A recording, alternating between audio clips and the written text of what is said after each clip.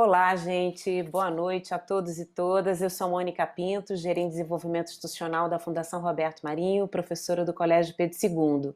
É um prazer ter vocês aqui com a gente nesse webinar Educação 360. E agora nós vamos receber dois convidados muito especiais. A nossa querida Tatiana Klix, que é diretora da plataforma Porvir, que disponibiliza ferramentas e recomendações para apoiar gestores, professores e famílias, ajudando todo mundo a continuar os estudos em tempos de coronavírus. A Tatiana, ela é uma jornalista especializada em educação, sempre à frente de muitas iniciativas inspiradoras que articulam atores da área. E com a gente também o professor Luiz Felipe Lins, que ele é mestre, professor da rede municipal há 25 anos aqui no Rio de Janeiro, professor também da rede privada, um colega aí já conhecido, acabou de receber o Prêmio Educador Nota 10, parabéns, professor Luiz Felipe, vai receber agora aí essa honra a mais, né, no dia 27 de outubro. E Tatiana e Luiz Felipe, eu não sei se vocês assistiram a nossa mesa, que acabou de acontecer, aonde a gente viu, né, várias evidências, várias pesquisas, aonde professores, gestores, famílias e estudantes sabem que estudar e aprender com o uso de outros recursos, né, digitais, outros recursos e tecnologias é fundamental, né? É uma questão que não tem só a ver com a pandemia, é uma questão do nosso tempo presente. Então, eu queria pedir primeiro para a Tatiana apresentar para a gente a plataforma. Queria, Tatiana, te pedir para a gente tentar ficar em torno de 10 minutos, para depois também a gente poder ouvir aí um pouco o professor Luiz Felipe, com a experiência dele, com as turmas de jovens aí nesse momento que a gente está vivendo, de isolamento social, e aí a gente tem 10 minutos depois para a gente fazer uma troca entre a gente e com a nossa plateia, tá bom? Tatiana? Tá bom. Boa noite, Mônica. Boa noite, Felipe. Boa noite a todos e todas que estão nos acompanhando. Queria primeiro agradecer o convite e a oportunidade de voltar aqui no Educação 360. Já tive em outras oportunidades, né, de outra maneira, né, primeira vez assim online. Mas é sempre muito importante estar aqui e poder compartilhar o que a gente vem fazendo, né, e dessa vez compartilhar esse trabalho da Aprendendo Sempre. A Mônica falou que, enfim, que eu sou do Porvir, né, lidero o Porvir, que é um projeto que já tem aí uma viagem, né, uma bagagem de 8 anos, mas hoje a gente vai conversar sobre Aprendendo Sempre. E acho que o diferencial da Aprendendo Sempre é justamente o fato de que não é uma plataforma de uma organização, mas ela é uma plataforma de uma coalizão, né, feita a muitas mãos de organizações sociais que estão preocupadas, que têm atuações relacionadas à educação e que sentiram a partir da necessidade que a pandemia trouxe e a partir desse grande desafio que é justamente manter o aprendizado durante a pandemia, manter o aprendizado com as escolas fechadas presencialmente, a necessidade de fazer essa coalizão, de se juntar para apoiar, para garantir que o aprendizado continue acontecendo, né, durante todo este período. A Mônica, inclusive, é uma das parceiras, né, pela Fundação Roberto Marinho. Então, ela até pode me ajudar aqui, se eu esquecer alguma coisa. Essa plataforma foi lançada bem no início da pandemia, no início de abril, e naquele momento em que, assim, que tinha acontecido, as escolas tinham fechado, né, então a gente tinha passado de um modelo em que o professor e os alunos, eles conviviam num mesmo ambiente, numa sala de aula, numa escola, e o aprendizado acontecia muita parte do aprendizado acontecia a partir dessa interação, e de repente, de uma hora para outra, a gente viu que os professores estavam em um lugar, os alunos em outros, cada um em suas casas, os alunos, os jovens, as crianças com as suas famílias, né, muito próximos das suas famílias, e tinha esse desafio de manter as atividades educacionais, de manter o aprendizado com essa nova configuração.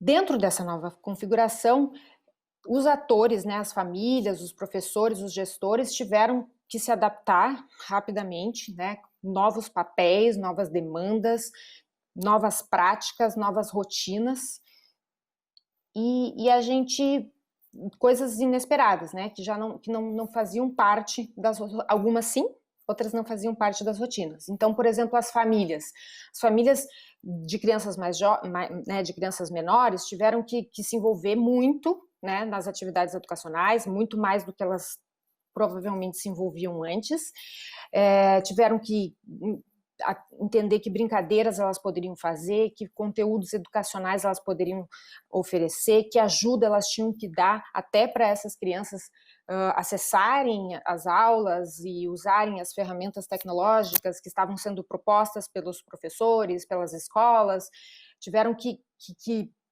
conversar com elas e lidar com angústias, né, tratar do luto, dos cuidados da saúde física, né, todo mundo em casa o tempo inteiro, sem se mexer muito, né, a saúde emocional, e ao mesmo tempo as famílias de crianças mais maduras, né, crianças de adolescentes, jovens, essa angústia emocional, a angústia em relação ao projeto de vida, a preparação do Enem, enfim, tiveram que se envolver com essas demandas. Já os gestores educacionais, enfim, tiveram que se reorganizar, né, reorganizar todo o planejamento, todas as estratégias, adaptar currículo, preparar infraestrutura para esse desafio, estratégias para o ensino remoto num primeiro momento que continua em grande parte, sempre se preocupando com a questão da equidade, como manter a equidade dentro dessa realidade em que a infraestrutura não é igual, que nem todos têm acesso às mesmas ferramentas, às mesmas condições. Já num segundo momento, agora essa preparação para o retorno, o ensino híbrido, como que a gente vai fazer isso, como se comunicar com a comunidade escolar, como engajar, como avaliar os conteúdos. Então, todas preocupações que não que sejam novas, mas de uma maneira muito diferente, né? Protocolos, legislações, enfim, todas essas demandas eles passaram a ter. Já os professores, enfim, acho que já foi discutido muito hoje, né, e depois o Felipe pode trazer para a gente, enfim, uma infinidade de desafios, né, então, como adaptar o currículo, como usar a tecnologia, como engajar os alunos, que exemplos, que práticas existem que já estão dando certo, que ferramentas usar, como se comunicar com as famílias, como cuidar da questão de acolhimento do próprio, né, o autocuidado próprio, a questão com os jovens, com as crianças, enfim, uma série de demandas novas e que eles precisaram aprender.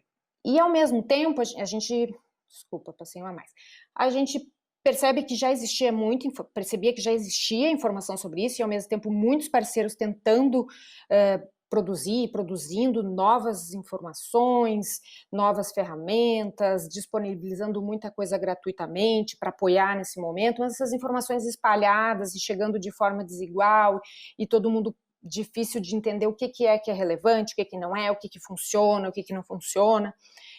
E essa foi uma das ideias dessa coalizão, um dos objetivos dessa coalizão foi essa plataforma que faz uma curadoria desses conteúdos, dessas ferramentas, dessas orientações, desses tutoriais, de tudo de tudo não, mas de muita coisa que existe disponível. Então, uma curadoria e gratuitamente, né? E a gente chegou agora, né, já em 350 soluções gratuitas que estão disponíveis, feita essa curadoria por mais de 30 organizações sociais. E a gente vê aqui, só um pouquinho que estou tentando passar aqui, e não está passando.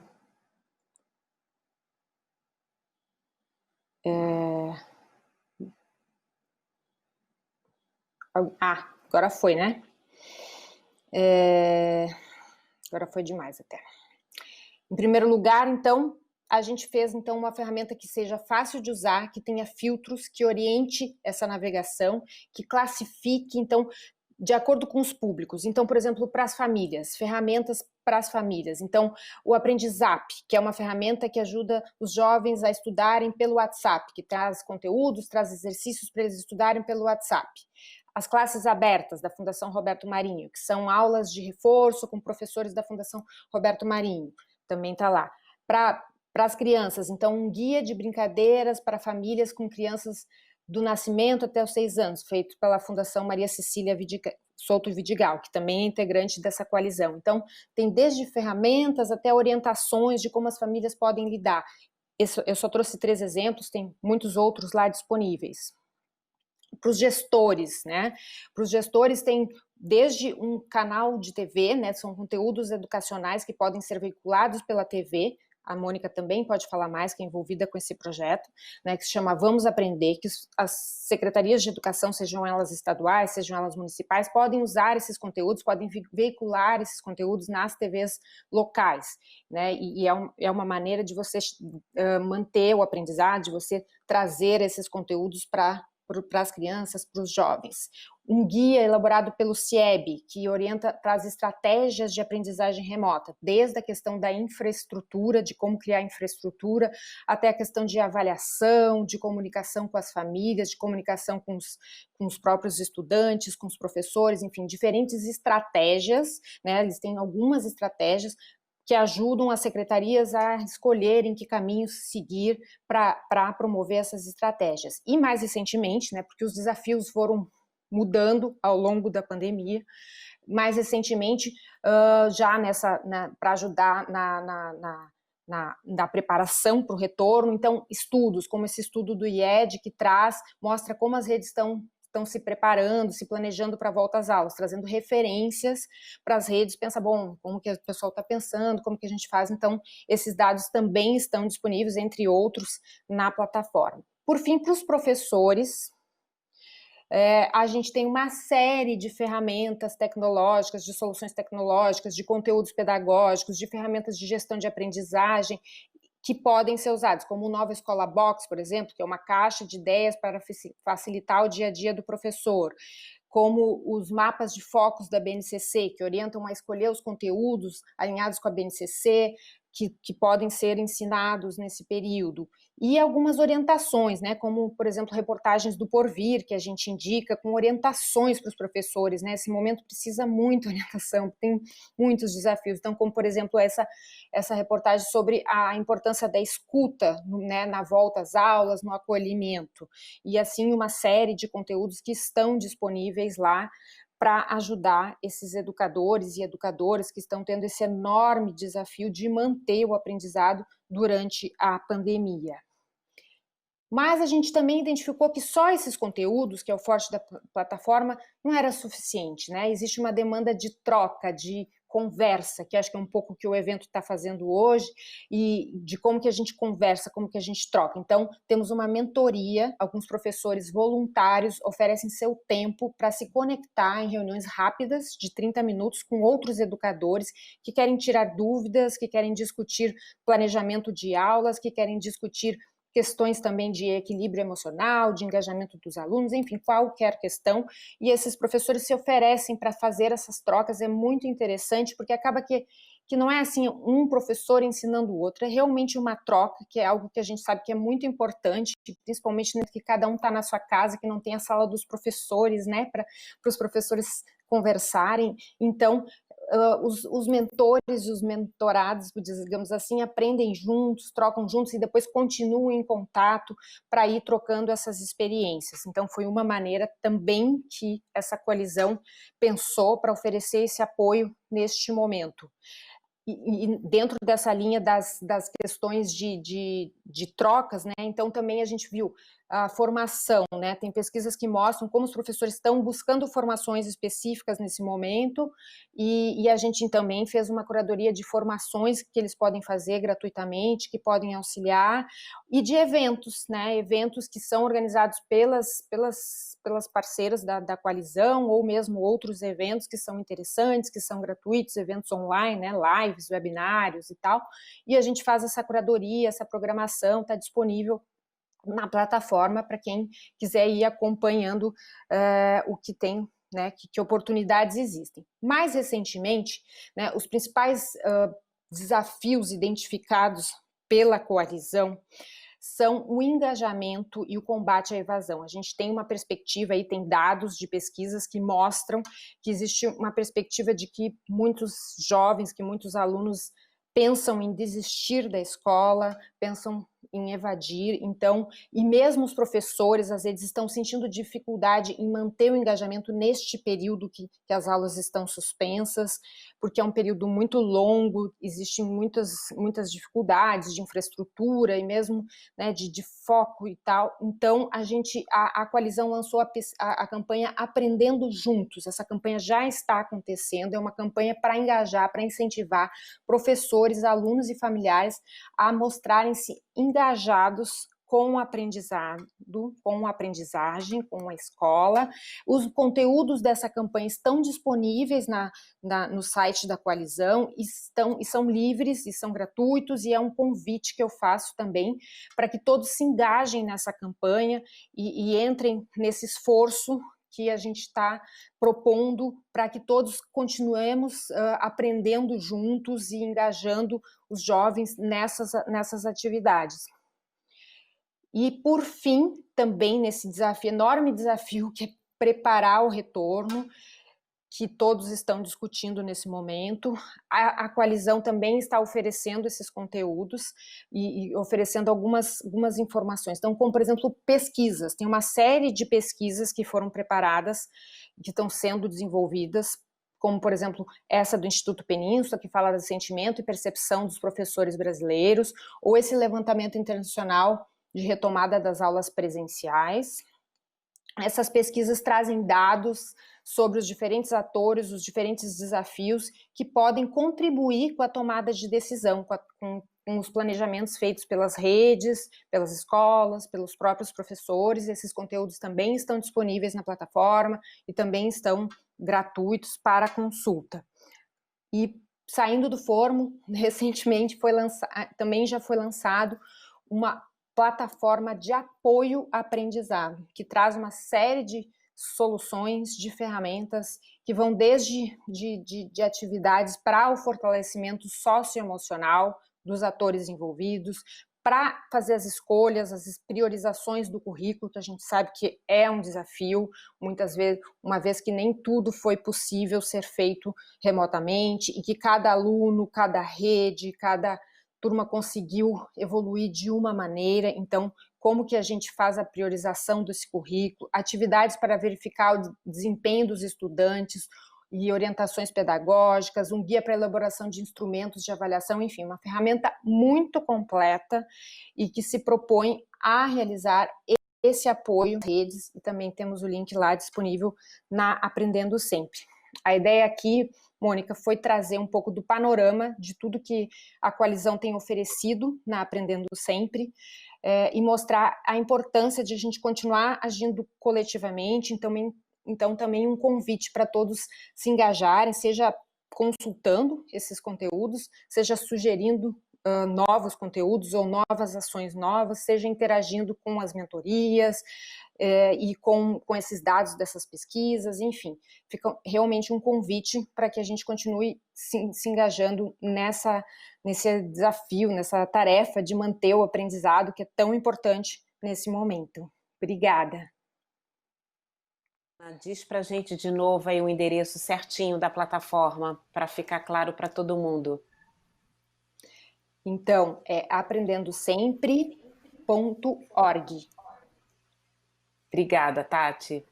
Professor Luiz Felipe, conta pra gente essa sua experiência aí de dar aulas e trabalhar com jovens e os seus colegas professores nesse momento aí de isolamento social. A Tatiana pôde trazer pra gente aí uma série de ferramentas, oportunidades e estudos, mas você que está lá junto com seus estudantes e colegas professores, como é que as coisas estão acontecendo? Conta pra gente. Boa noite, Mônica. Meu nome é Luiz Felipe, eu sou professor há 25 anos, né, da escola pública e privada aqui do Rio de Janeiro.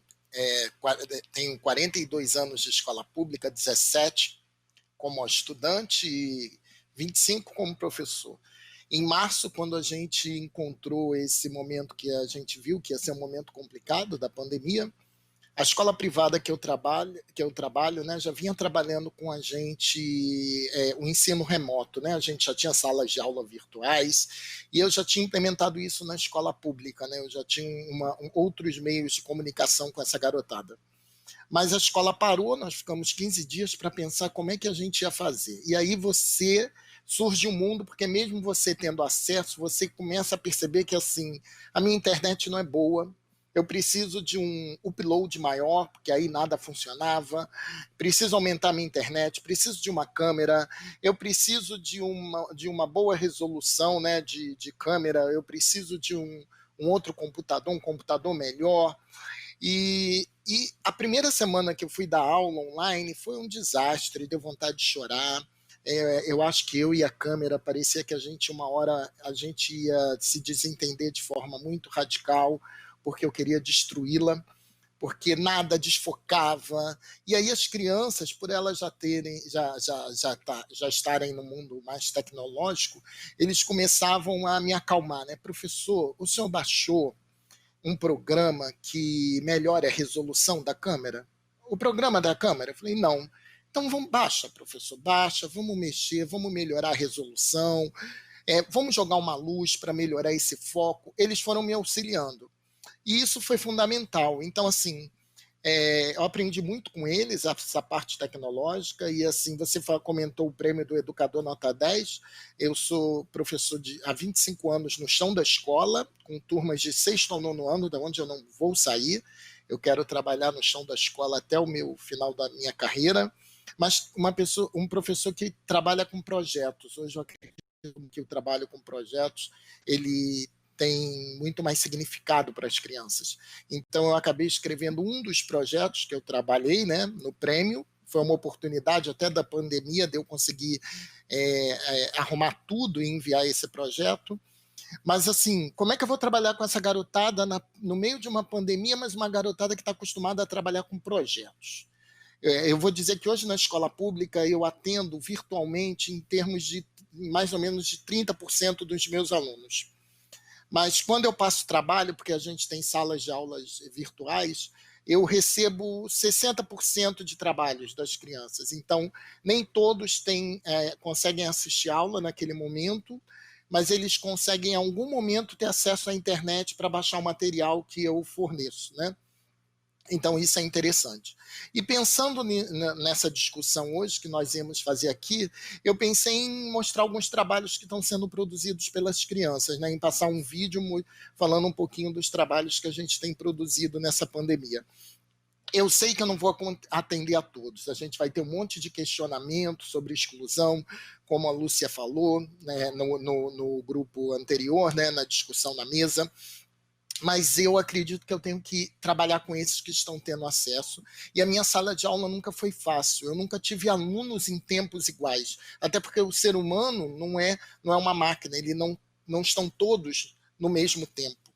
Então, eu vou ter crianças, quando retornar, em tempos diferentes que tiveram acesso. Por que não aproveitar essas crianças para serem os meus auxiliadores para os outros que não tiveram acesso? Então, assim, quando eles começam a produzir coisas, né, deles, esse produto vai me auxiliar muito nesse retorno, porque eu vou ter que também trabalhar com crianças em tempos diferenciados em salas de aula. Mas isso eu já trabalho há muito tempo. A gente não tem crianças no mesmo tempo, o tempo inteiro, né? Cada criança, a gente tem crianças hoje, graças a Deus, as crianças incluídas estão dentro da escola, então isso me fez aprender muito a ser professor, a olhar cada um de forma individual. Me preocupa muito como é que aí é uma outra discussão com essas crianças, como é que está o atendimento dessas crianças, né? Já que eles precisam muito da gente estar do lado ali, não adianta só disponibilizar material. Mas, assim, as crianças que estão comigo, eu estou olhando eles como vetores que vão me auxiliar muito nesse retorno. Eles vão me auxiliar para aquelas crianças que não tiveram acesso. O vídeo está aí, eu acho que alguém ia botar para rodar o vídeo, eu vou falando, tem o vídeo, o vídeo está aqui. O vídeo tem 3 minutos, eu fiz esse vídeo de manhã, começando um pouquinho com o fluxograma, que a professora Raquel Cupolilo, da escola privada, ela pensou numa atividade para trabalhar algoritmo e fluxograma, E eu fiz um pudim nessa pandemia, né? E aí eu pensei que ela tinha dado a ideia de um bolo, de utilizar o pudim para as crianças construírem um fluxograma. Aí eu fiz o meu fluxograma do meu pudim. E na aula eu mostrei o fluxograma e encorajei essas crianças a que elas fizessem alguma guloseima junto com os seus responsáveis e filmassem, gravassem e fizessem um fluxograma para a gente trabalhar algoritmos em matemática. Então eles foram para a cozinha, todos eles produziram, aqui tem alguns estão passando alguns vídeos assim de forma bem rápida, agora está um rocambole aí, que um aluno, eu tentei evitar tirar o máximo do rosto dele, está mais a produção, então ó, tudo que dá uma vontade danada da gente saborear e da gente provar, mas eu não tive acesso, e pensando, quem sabe a gente não pode fazer coisas dentro de sala de aula no retorno, essas crianças produzindo aquilo que não precisa talvez de um fogão, produzindo receitas para a gente construir fluxograma e trabalhar algoritmos com essas crianças em matemática, né? Então, eles fizeram, a gente trabalhou um pouquinho de fluxograma, de algoritmo, e eles fizeram as produções deles, né? Aí está mais um bolo, então eu coloquei alguns para que eu pudesse ir falando e aproveitando imagens. Então, assim, eles vão me auxiliar, porque eu quero que eles produzam, né? Que eles produzam. Quantas habilidades a gente está trabalhando aí? Unidade de medida que eu vou poder explorar, a ideia de números e de operações, e a gente ainda vai todo mundo na volta saborear essas gostosuras que eles fizeram. A mesma coisa a construção de jogos, né? Eu pedi que eles construíssem jogos, eu estimulei, está aqui a atividade, eu tirei até do que eu coloquei, mas um jogo onde eles pudessem trabalhar com a família, não é o jogo pelo jogo, é aquele jogo onde ele vai pegar alguém da sua família que não aprendeu aquele conceito e que ele introduz aquele conceito para uma pessoa que não tenha conhecimento daquilo. Então é o jogo possibilitando alguma aprendizagem. Então eles tinham que fazer a regra dos jogos e eles apresentam isso nas aulas virtuais. Sempre eu peço para que eles fotografem, filmem. Então a gente está vendo alguns exemplos aí de jogos, né? E de ferramentas tecnológicas. Eu acho que essas crianças, gente, elas estão precisando trabalhar programação, porque eles gostam disso, né? Então eu estimulei alguns alunos que eles fossem pesquisar programas. Aí saía um jogo da memória online. Um aluno achou um site que fazia jogo da memória online, o Kahoot, que a gente já trabalhava, eles produziram alguns Kahoots. Então, as nossas aulas, nossos encontros virtuais, eles têm apresentado produções deles. Então, assim, o que eu quero deixar, assim, que dá para a gente fazer com todas as dificuldades, dá para a gente tentar fazer alguma coisa diferente. E todo esse material que está sendo produzido vai ser um auxiliador no meu retorno, porque eles vão ser os meus auxiliadores nessa construção de conhecimento dessas crianças que talvez não tenham tido acesso, né? Que é uma grande maioria. Então, assim, eu acho que eu não sei se eu estourei o tempo, mas eu tentei usar o vídeo para falar um pouco disso. Eu queria encorajar meus colegas, eu estou aqui representando todos os profissionais de educação, que eu acho que uma escola não se faz só por professores, a escola a gente faz desde da tia que está na cozinha, daquela pessoa que está servindo a merenda, fazendo a merenda com todo carinho, ao diretor, ao professor, à comunidade escolar, aos alunos. A escola é feita por todos, e todos estão preocupados com esse momento e com essa educação que a gente vai oferecer para essas crianças nessa volta. Então, eu acredito que eu estou aqui, agradeço o convite, é uma honra estar participando de um evento desse. Eu já tive aqui há alguns anos atrás fazendo uma oficina, mas assim, eu me sinto honrado de estar no Educação 360, onde a gente discute muito sobre educação com pessoas fantásticas fazendo a gente refletir. Então, queria deixar esse encorajamento para esses professores. Vamos fazer alguma coisa diferente para essa garotada, que eles vão auxiliar a gente. A gente vai ter muita criança ajudando a gente a dar aula nessa volta aí para esses que não tiveram acesso. Legal, Luiz Felipe, super obrigada a você e a Tatiana Klix. A gente conseguiu mostrar muitas coisas que são possíveis de ser feitas, né? Mesmo nesse contexto tão adverso que a gente está, mas há uma concretude no trabalho, né? De todo mundo que está disponibilizando aí pesquisas, estudos, e você, Luiz Felipe, há uma concretude em todos esses projetos pedagógicos aí, todas essas abordagens que você trouxe que dão tanto sentido, né, para a aprendizagem de fato. de jovens e estudantes, né? Então, muito obrigada a vocês, boa noite. Daqui a 10 minutos a gente volta com a palestra do Anand, e acho que a gente já deu aqui para ele uma boa dica de como aqui no Brasil a gente é capaz de imaginar uma nova escola, né? Muito obrigada a vocês, boa noite e até já. Obrigado.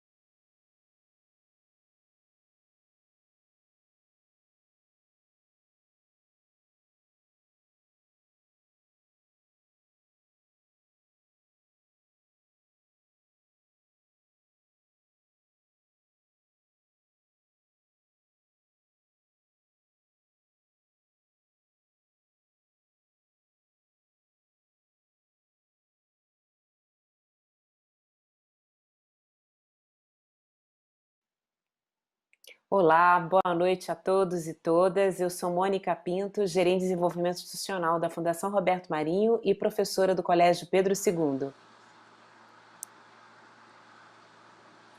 Hello, I am Monica Pinto. I am working for the Global Foundations and working for other Essa institutions too. primeira edição online do Educação 360 é uma realização dos jornais O Globo, Extra, Valor Econômico. Contamos com patrocínio do Itaú Social e do AZ, Escolas em Rede, e o apoio do Instituto Unibanco. Temos também o apoio institucional da Rede Globo, Unicef, Unesco, Fundação Roberto Marinho e Canal Futura. Okay, this first presentation of the 360 for Education has the support of so many institutions, Itaú Social, AZ Schools, and Global E para fecharmos o Foundation nosso Roberto segundo Marinho. dia do Educação 360, webinar internacional, teremos um convidado muito especial, o Anand Agarwal. Ele é o CEO do edX, Harvard e professor do MIT. And to close our second day, we have a very special guest, Anand Agarwal, who is the CEO at Como edX CEO and de uma ONG also global, o Anand está ajudando a transformar a educação tradicional, removendo as barreiras de custo, localização e acesso, ajudando a gente a imaginar uma nova educação. and it's amazing the way that he is destroying the barriers and trying to create new education. Hi, Anand. Nice to meet you here. Olá, Anand. Seja bem-vindo. Olá. É um grande prazer e uma honra ter você aqui com a gente para refletirmos sobre as interfaces entre educação e tecnologia, especialmente honor no and- contexto em que vivemos no Brasil, onde vivemos com muitas desigualdades, mas também com muitas histórias de inovação e de sucesso. Então, com você It's a an honor. palavra e depois eu retorno para conversarmos um pouco, ok? It's an honor to have you here as our guest, where we are able to break the interfaces of education and technology. Should I get started? Now you have the floor. Yeah. Yes, you can start now. Thank you. Ok, muito obrigado. Good afternoon, everybody. I am delighted Boa tarde a to todos. Eu estou muito give my feliz presentation para poder dar about minha the new apresentação normal sobre education o novo that normal we are para a all educação facing today. e But before que nós I estamos start, enfrentando hoje em dia. Mas antes de eu I want to começar, do a quick introduction on eu gostaria de dar uma pequena introdução sobre edX. is a non-profit O edX platform. é uma plataforma não lucrativa. In the world, Nós temos institutos como Harvard e MIT.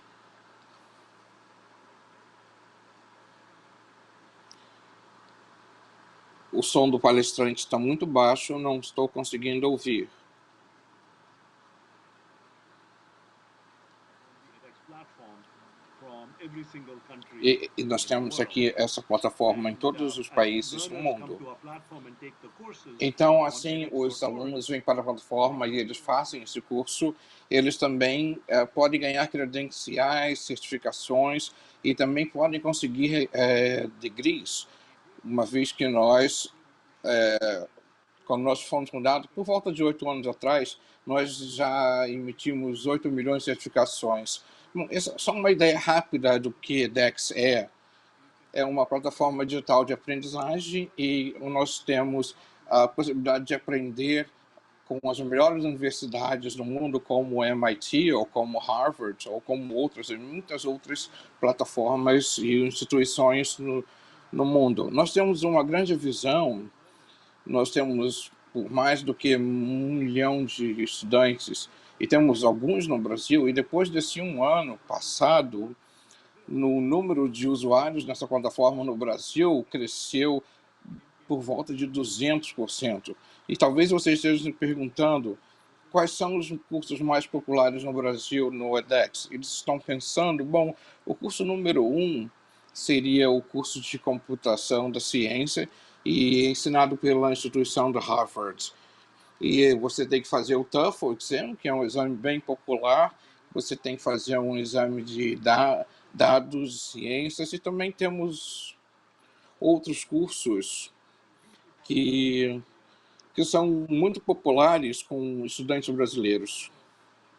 Isso é um exemplo dos nossos alunos no Brasil, da família Moreno, que fez um curso durante a pandemia, como aprender online. E o mundo inteiro teve que aprender a usar isso por causa da pandemia. Todo mundo teve que fazer isso. Então, essa família foi para o edX e eles aprenderam como fazer cursos online, como fazer aulas à distância e coisas assim. Nós tivemos um grande tráfego em relação ao impacto causado, e isso aconteceu por volta de março, e tivemos um pico na nossa plataforma, porque todo mundo quis aprender online. E no Brasil, nós vemos aqui um grande crescimento desse número em março, em comparação ao que tivemos no ano passado, e isso cresceu numa escala enorme durante esse período. E é muito útil para nós considerarmos o que nós vemos em relação a essa transição disso, o que nós estamos vendo aqui no mercado, o que estamos aprendendo no meio dessa grande transição para estudantes que não faziam cursos online para estudantes que se tornaram estudantes de cursos online. Então, primeiramente, nós temos que nos lembrar que em 2012, o New York Times começou a chamar isso o ano do MOOC. MOOC se retrata cursos online abertos de forma ampla e foram oferecidos pela edX. E isso aconteceu um grande pico na relação ao nosso MOOC. Claro, com a grande propaganda que foi feita pelo New York Times. E, novamente, com a pandemia, isso se tornou muito intenso em relação a esse esquema, a sua escala que cresceu tanto. E aqui nós temos falado sobre como os alunos podem conseguir essas credenciais fazendo cursos online. Mas, em 2020, como isso está sendo diferente? Hoje está sendo diferente de 2012, por exemplo. A coisa mais importante é que nós aprendemos muito nesses 8 últimos anos, e um exemplo disso é que o estudo online tem muito mais qualidade. Não é somente em livros, ou somente porque aprendemos de graça, mas nós oferecemos créditos e qualidade em termos do que nós aprendemos. E nós, por exemplo, oferecemos cursos online na MIT. Em relação aos alunos da MIT, eles também tiveram cursos na edX e ganharam créditos por conta disso. O que nós descobrimos é que esses alunos estavam fazendo basicamente os mesmos exames que eles estavam fazendo no campus, e isso era de forma similar. Então, nós aprendemos muito, como nossos alunos estão aprendendo online, como se tornar, ter sucesso em relação a isso. E em universidades tops, por exemplo, como MIT, nós damos créditos aos alunos por fazerem esses cursos online. Na edX e através do mundo, desde março nós tivemos um grande envolvimento, acho que em abril de 2020, e isso então foi aos céus. E nós tivemos 10 vezes mais alunos do que antes na edX. Por exemplo, do que tivemos no mês de fevereiro. E isso aumentou 10 vezes. Nós tivemos por volta de 5 milhões de novos registros, e isso é parte do número total de alunos que se inscreveram na edX. Então, nós conseguimos mais em um mês do que nós fizemos em todo um ano. E isso foi um grande objetivo a ser conquistado. Claro, nós perguntamos aos alunos, por que vocês estão vindo para o edX? Por que vocês estão vindo para o edX durante essa pandemia? Então, nós fizemos uma pesquisa por que isso aconteceu. Por volta de 38% disso, eles tinham um tempo extra nas suas mãos e queriam aprender alguma coisa. E 25%, por volta de um quarto, estavam trabalhando, mas queriam aprender novas habilidades, usar o tempo extra para aprender novas habilidades para que quando a pandemia acabasse, eles estivessem preparados para o novo mundo. Eles estariam preparados para novos empregos, novas habilidades. 16% desses alunos de universidades queriam aprender porque eles não tinham condições de aprender na universidade. Então, eles, na verdade, almejavam um bom emprego. Eles poderiam aprender novas habilidades e preparar a si mesmo para novos empregos depois da pandemia. Então, vocês podem perceber que, em consideração aos 11%, mais de um terço desses alunos queriam adquirir habilidades para conseguir melhores empregos. Nós também fizemos uma pesquisa para perguntar aos alunos como é que essa pandemia influenciou no que eles procurariam como uma educação adicional. Em particular, a maioria deles nos falaram que eles queriam mais educação e fariam esses cursos online, mas, na verdade, muitos disseram que eles queriam aprender novas habilidades durante a pandemia. E isso seria de forma segura, mesmo que a economia não estivesse tão bem assim. Então, de forma surpreendente, essa grande quantidade de alunos que queriam aumentar suas habilidades. Também consideramos muitas empresas que estavam oferecendo novas oportunidades aos seus empregados e, por exemplo, edX tem uma parte chamada específica para esse tipo de curso usado para empregados de empresas específicas. E aí você aqui vê uma foto da Meg, por exemplo, e ela era uma pessoa que trabalhava antes e durante a pandemia ela estava fazendo esse tipo de cursos para procurar novos horizontes e aumentar as suas possibilidades em sua vida. Então, agora as empresas estão trabalhando com a edX e oferecendo novas oportunidades para os alunos durante essa pandemia. Então, os alunos estão procurando programas curtos, algo que eles possam aprender de forma rápida. E alguns desses alunos estão indo para... Eles não querem, na verdade, programas longos, eles querem programas curtos, eles querem também programas que eles possam aprender habilidades durante esse período da pandemia, que eles possam aumentar até a sua inteligência em relação à escrita, ao mercado digital. Então, as pessoas estão procurando para habilidades que talvez, assim que a pandemia acabar, eles possam proteger os seus trabalhos, seus empregos também. E a edX vem criando soluções e criando um número grande de programas que seja possível, como, por exemplo, nós temos o Microbretters, que é um tipo de programa que é usado. Vocês sabem o que por exemplo, você vai para a universidade por 4 anos e você tem o seu degree. Muitos outros lugares, isso pode custar muito, muito dinheiro. E aqui você pode fazer 2 ou 3 cursos, e se você passar esses cursos, você tem uma certificação chamada Microbachelors.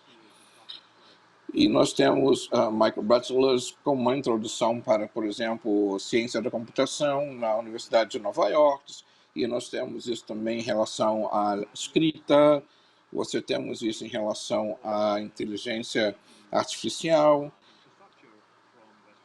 e é uma infraestrutura para universidades revolucionárias. E nós temos isso curso de forma muito curta, dando uma certificação que vai ajudar a ter um avanço para conseguir um novo emprego.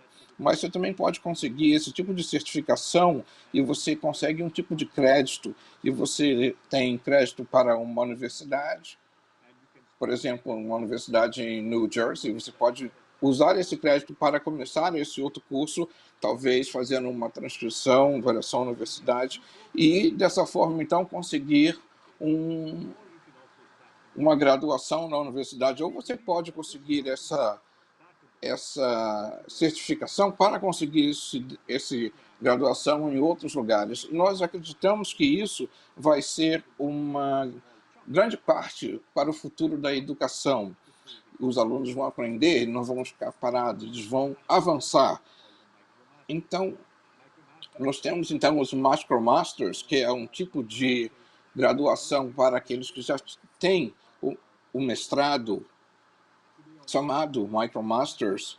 E aqui na edX nós chamamos o MicroMasters, por exemplo, para quem quer estudar ciências na MIT ou inteligência artificial na Colômbia ou em outro país, nós usamos o MicroMasters na língua espanhola.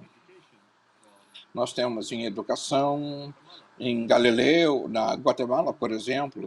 Então, esses MicroMasters são são cursos muito fáceis de você entrar e você começa a estudar de graça e aprender. E você consegue uma certificação se você passar. Então, os alunos estão nos falando que dentro de 3 meses, até 1 ano, eles estão conseguindo esse MicroMasters e 98% deles tiveram algum tipo de resultado muito positivo, como uma promoção, ou conseguiram um emprego melhor, ou até mesmo conseguiram um emprego, conseguindo, assim, bons resultados. Então, 99% acabam por recomendar esse tipo de curso. Então, quando a gente pensa em relação à cobertura, é muito interessante sonhar um pouquinho o que seria o futuro do mundo, como ele seria, e para ter um tipo de predição, nós temos aqui, por exemplo, o novo normal, a combinação sobre o estudo online, o estudo pessoal. Então, esse slide aqui nos mostra isso de certa forma, e eu chamo isso a nova forma de estudo em relação às opções que temos, em relação às universidades. Eu quero que você siga aqui a linha verde. Parece uma linha invertida. E aqui na parte esquerda, onde nós vemos isso, temos a percentagem de 0 em aprendizagem. Quando chegou em março, bum, nós tivemos várias pessoas, e aí criamos essa base aqui em cima. Então, aí temos janeiro, e nós voltaríamos então ao normal, mas na verdade os alunos nas universidades acabaram por aplicar por o estudo online, então nunca voltou ao zero. E assim, com o tempo, nós podemos adaptar e ter mais e mais cursos, e podemos, por exemplo, ter 50% das aulas online e 50% das aulas presenciais. Isso vai ser ajustado em relação à pandemia. E assim, dessa forma, estaríamos, então, entrando no novo normal. Como o novo normal lidaria com isso? Talvez, como eu já falei, 50% seria em aula online, ou talvez 50% seria em aulas pessoais no campus, mas muito disso foi acelerado por essas condições que estamos vivendo hoje em dia e se tornaram extremamente importantes. Mas como a edX está dando suporte à universidade nesse período que nós estamos vivendo, nesse novo normal, e todas as universidades estão dando aulas online, mas dar aula online é difícil. Você vê aqui a foto de Mark Blandon, que é um professor na Universidade de São José, Califórnia, nos Estados Unidos. E ele diz que é difícil ter um curso online. E uma das razões por que isso é difícil é que você acaba criando um novo tipo de problemas. Por exemplo, exercícios para os alunos aprenderem. Não é somente vídeo, mas vocês também têm que ter algum programa para que isso venha a acontecer. Então, é muito difícil. Então, ele disse isso não considerando isso como um grande benefício. Então, a edX já lançou Online Campus.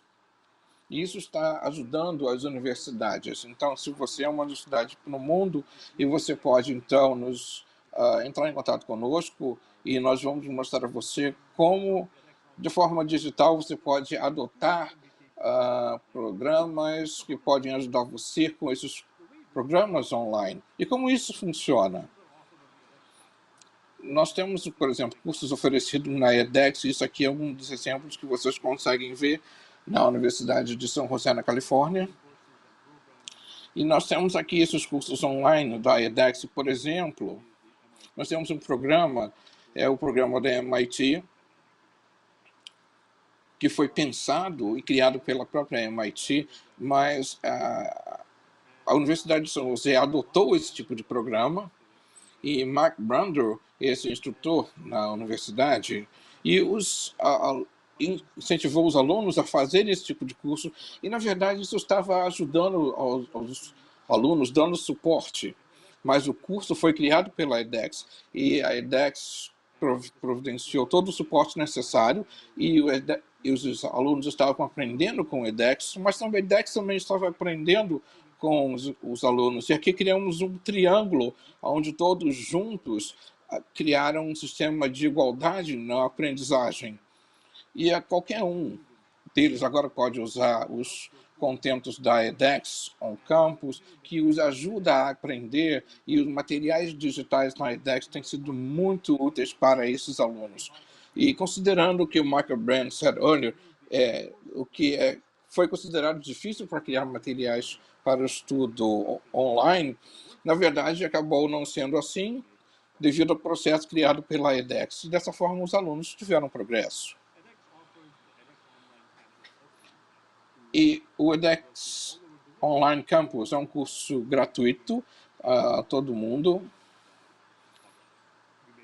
E criar entre abril e agosto é grátis para todo mundo. E por volta de 500 universidades acabaram entrando nesse tipo de programa e tivemos mais de 100 mil alunos por volta de 60 países. Então, por volta de 650 universidades estão usando esses cursos da edX. É interessante ver como as universidades estão usando esses cursos online da edX. E nós vimos 3 formas principais que eles estão usando isso. 3 maneiras. Uma forma é chamada parte da aprendizagem independente. Então, a universidade mostra aos alunos aonde eles vão, onde eles fazem esse curso. E, por exemplo, em Bombaim, na universidade, eles seguem esse módulo no campus. E os alunos podem fazer esses cursos. Também ex-alunos podem fazer esses cursos para desenvolvimento, o desenvolvimento de suas habilidades, e também os alunos podem conseguir um crédito extra. O segundo é uma aprendizagem com um facilitador. E nós temos aqui em relação aos locais da faculdade onde eles conseguem suporte para a aprendizagem, e a universidade oferece a eles um exemplo. Por exemplo, na Finlândia, eles tiveram a universidade ajudando os alunos, e aqui temos então esse programa. E o terceiro módulo que nós temos aqui seria a aprendizagem independente. Então, aqui nós temos que os alunos, seguindo os cursos da edX, eles têm um sistema que os faz membro, que providencia a eles um tipo de suporte e algum tipo de contexto que, de certa forma, vai ajudar a esses alunos. Então, aqui nessa parte da aprendizagem independente, vocês conseguem ver que existe uma continuidade em relação ao contexto dessas várias formas que são oferecidas aos alunos no campus.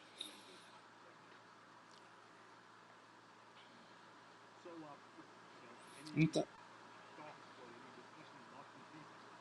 em relação à nossa discussão, queria falar em relação à experiência dos alunos. Eu gostaria que você conhecesse o Carlos, que ele é de Valência, de Valência, na Espanha. Eles estavam estudando lá em Valência, e eles são um dos nossos associados e oferecem cursos em relação a cursos online aos seus alunos.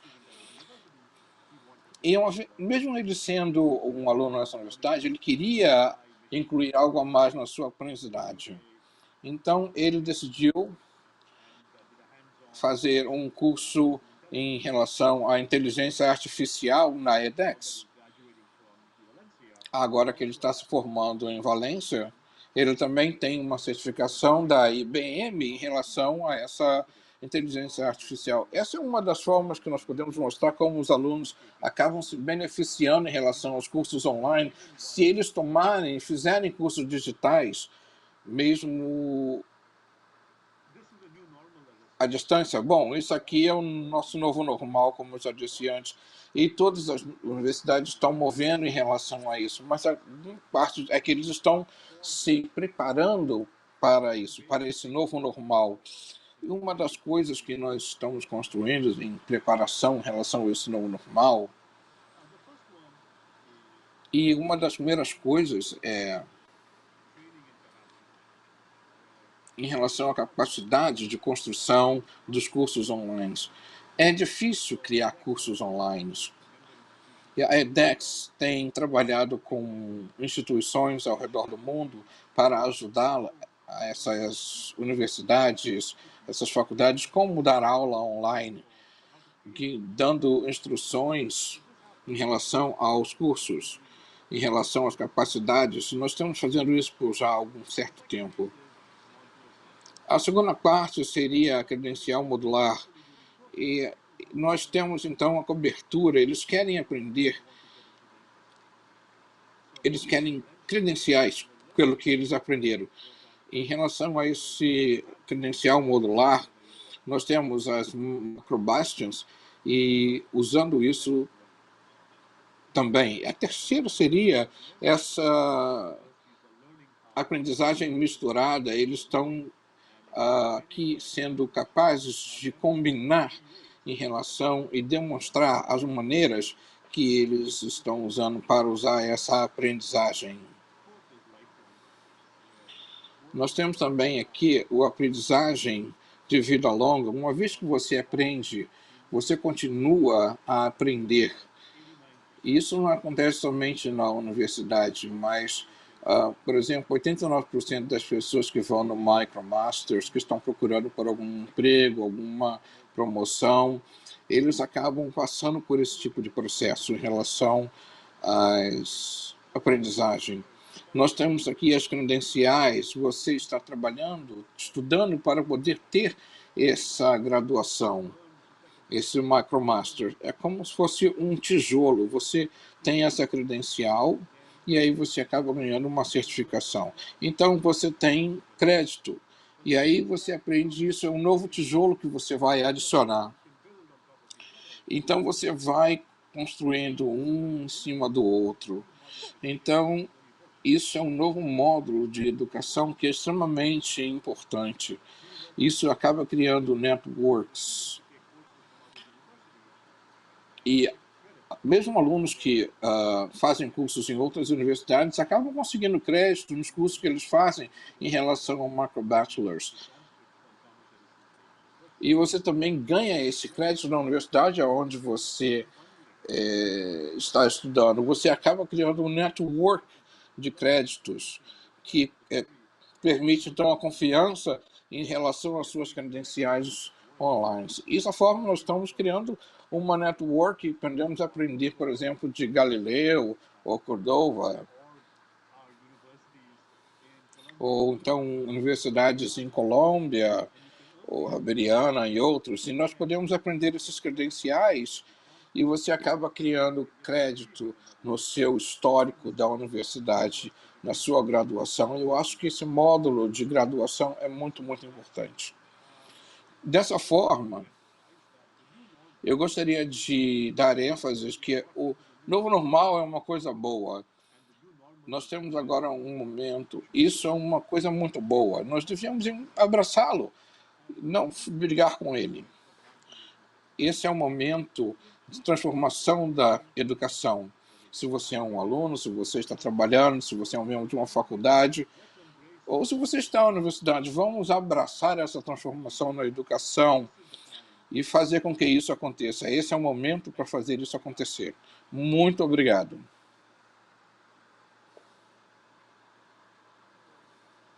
obrigada pelas suas palavras. Já recebemos aqui do nosso público que nos ouve muitas perguntas.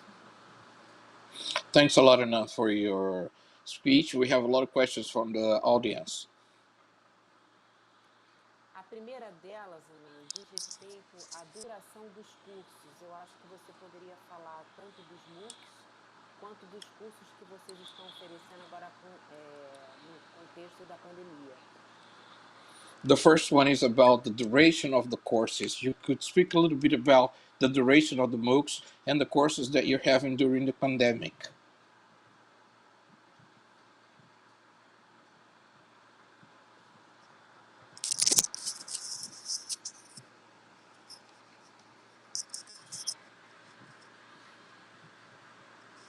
Você ouviu a pergunta, Ana? Did you hear the question, Anand?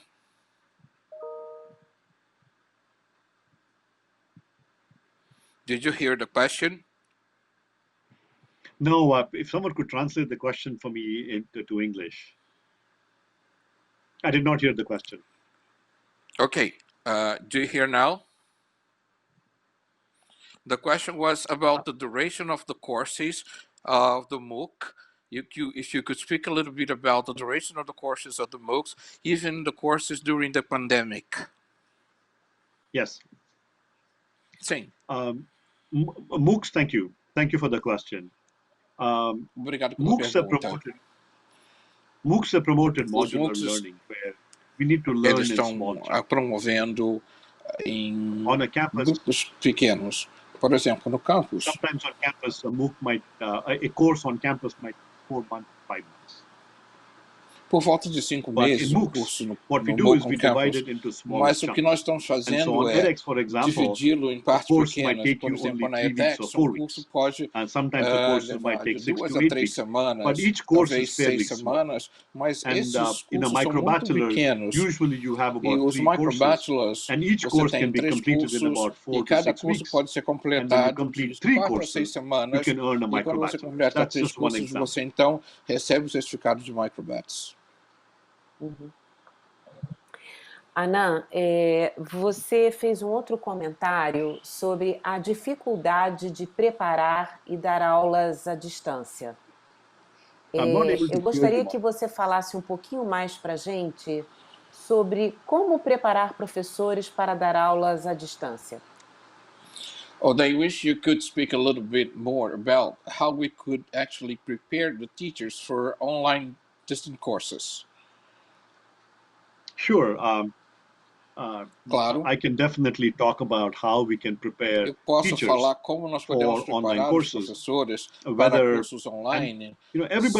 every teacher and instructor and professor needs to learn how to teach online. Everybody's teaching online Todo today, mundo tem whether que se preparar you're para in dar aula online. school, Todo mundo high está dando school, or aula school, online em whether you're in relação à college, escola ou à or escola whether you're in secundária ou professional então training universidades, at a ou company. se você está no And treinamento de in professores order numa to help empresa, por exemplo, train teachers para que on nós how to teach possamos online, ajudar a and we have treinar courses on edX professores a on dar how to cursos teach online, online. nós So if temos you go to cursos na edX edX.org como and fazer type isso. in E se how to você teach então entrar na online, we have many edX.com, courses on vocês vão edX ver on how to muitos teach cursos online. na edX So, for como example, dar we aula have online. courses Por from exemplo, Arizona State nós temos University cursos that da Universidade teach do you, it's Estado a do very short Arizona, course. You can complete the course que in é um about curso 1 muito week. curto, It's a very um short curso course bem que leva uma on how semana, to é um teach curso bem online, how do you curto, create materials, como how do you dar engage aula students, how online, do you como teach você online. vai criar So materiais, we como now have você courses on edX ensina that you can isso. take, Então nós temos and cursos you na can learn edX, completely onde for você free on how pode to teach online. aprender e é And completamente for a grátis, small fee, you como can dar also aula earn a online. certification that you've taken E the também course por um to pequeno train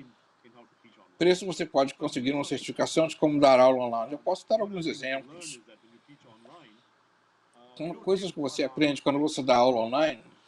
Você não dá palestra. O que você faz é você cria vídeos bem curtos, por volta de 5 a 6 minutos, e você mantém eles. E entre esses vídeos, você faz perguntas a alguns alunos. E aqui é um modo que nós chamamos de aprendizagem ativa. Você mostra um vídeo, então você faz uma pergunta. Então, os alunos têm que responder essa pergunta e eles acabam tendo um feedback. E aí você mostra um outro vídeo. É uma nova maneira de como nós vamos ensinar e aprender.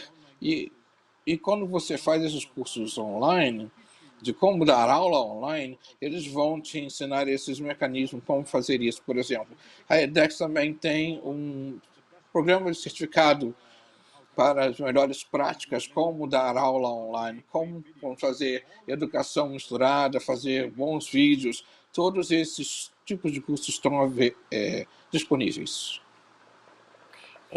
Anand, você certamente acredita, como eu e outros professores, de que não é possível trabalhar com educação sem o uso de tecnologia. Mas eu queria que você dissesse para a gente como é que, nesse momento que a gente vive no Brasil, onde há muitas desigualdades tecnológicas, como é que a gente pode aproximar esses mundos? Okay, you actually believe that it's hard not to use technology to teach. But living what we are going through now, for example, in Brazil in the pandemic, how can we actually approach these two words? Could you ask the question again? I did not fully understand which two words we're talking about. Okay, she wants to know how you could approach these two worlds. One that uses technology and the other one that doesn't use technology for teaching. Porque temos It's a very good desigualdades question. sociais, né? Muita pobreza e Because we desigualdade have de a lot recursos. of social problems in terms of resources here in Brazil. So how can you Yes, approach these two words? absolutely. You know, Com certeza. 10 or 15 years ago, there was very little online learning. 10 ou 15 anos atrás, nós não tínhamos pessoas usando tecnologia na educação, mas em 2010 nós tivemos grande tecnologia em relação, por exemplo, celulares ou distribuição de vídeo, nós tivemos networking, então a tecnologia começou a surgir e aí a educação online, que era bem barata, começou a ser usada como uma plataforma de educação. E, bom, é bem fácil usar a tecnologia para a educação. E em relação à pandemia, todo mundo acabou sendo forçado a usar esse tipo de aprendizagem. Isso é uma coisa no mundo. Acho que nós temos que estar preparados para o futuro. Acho que nós temos que, em relação a face com essa nova educação e com esse novo processo em toda a universidade, todos os professores, todas as escolas, toda a parte de treinamento, nós temos que misturar a aula pessoal com cursos online, usando a tecnologia. Eu acho que isso seria a parte misturada, tem que ser normal. Temos que nos preparar para esse futuro, estar prontos para como nós vamos revolucionar o trabalho da educação, porque todo mundo está tentando fazer isso nesse momento. Obrigada, Ana. No Brasil, temos aí o grande desafio de ter uma política pública que resolva o digital divide, que resolva o não acesso de muitas populações à tecnologia, à internet e conectividade. In Brazil, we have a public relation that actually denies the access of digital and technology for many people. Mas, sem dúvida nenhuma, a gente trabalhar com blended learning é fundamental para o engajamento de muitos jovens no Brasil. But without a doubt, learning with blended education is extremely important for the education of many people here in Brazil. Você poderia falar um pouco para a gente, já que você tem essa experiência no mundo afora, sobre o quanto as pesquisas demonstram que o tipo de blended learning traz esse engajamento das juventudes? Well, since you have a large experience, could you tell us a little bit how this is going to bring, the blended learning is going to bring us the best use for the community? Como isso gera engajamento das juventudes? How this is going to create the engagement of the youth? Engagement is a big part of it.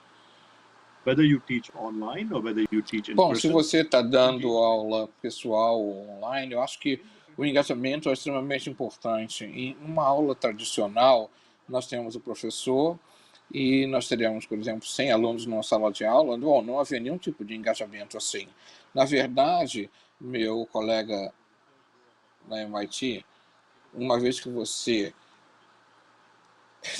tem uma sala de aula com uns alunos e eles não prestam atenção, você está dando aula à distância, de qualquer maneira. E como é que nós criamos esse engajamento, então? A ciência já provou que a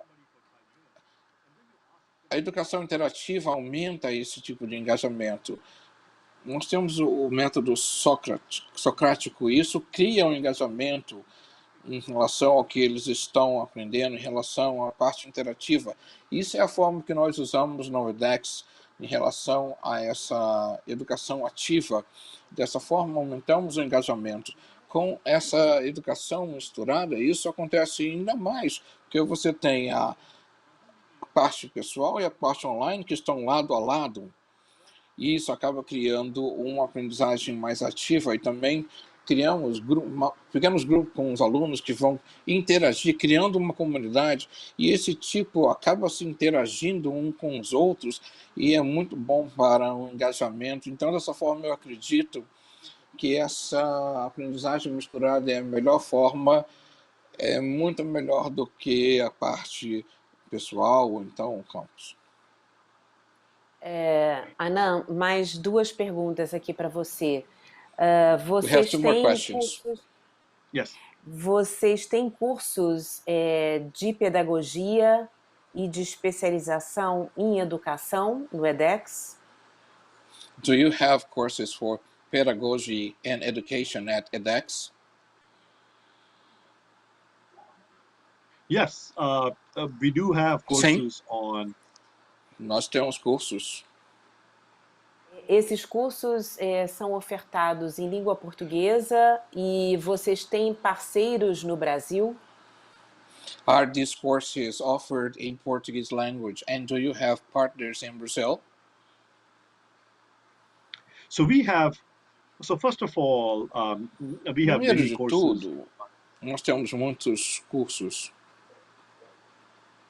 So we have quite a few courses on Nós edX, on temos pedagogy and muitos so on. cursos na parte de pedagogia e educação, como aprender a ensinar online, ou se você procurar como ensinar em relação ao processo de cursos online, você vai encontrar muitos desses cursos. Nós não temos muitos cursos em português. Infelizmente, nós temos 3.000 cursos no site da edX e temos 4 cursos em português. Mas se você for para o website da edX, vocês vão ver 3 deles é da IBB. E 3 outros cursos, nós temos um curso sobre doméstico, e nós temos cursos em várias línguas, cursos em espanhol, eles são... estamos muito interessados em desenvolver com os cursos em português, embora tenhamos somente 4. Estamos muito interessados em trazer mais universidades, criando assim mais parceiros. Eles são muito bem-vindos para que essas universidades venham, possamos criar novos cursos. Nós temos parceiros na Guatemala, na Argentina, no México, Colômbia e alguns outros países. Muito bem, Anand. Ainda pensando nas questões do Brasil, de desigualdade social, eu queria te fazer mais uma pergunta. Still considering the inequality in social matters here in Brazil, I would like to ask you another question. Você falava em uma apresentação sua no TED como é que a escola ela pouco avançou nos últimos 100 anos. You mentioned at one of your presentations that at TED how the schools didn't develop in the recent few years. Last 100 years. In the last 100 years. Yeah. O que você acha que é preciso mudar nas escolas para que os estudantes na universidade, no edX, tenham um melhor desempenho? Eu queria que você falasse também sobre gamificação. Well, so what the students have to do so that they could improve from school in the college. And I also wanted you to talk a little bit about the gamification.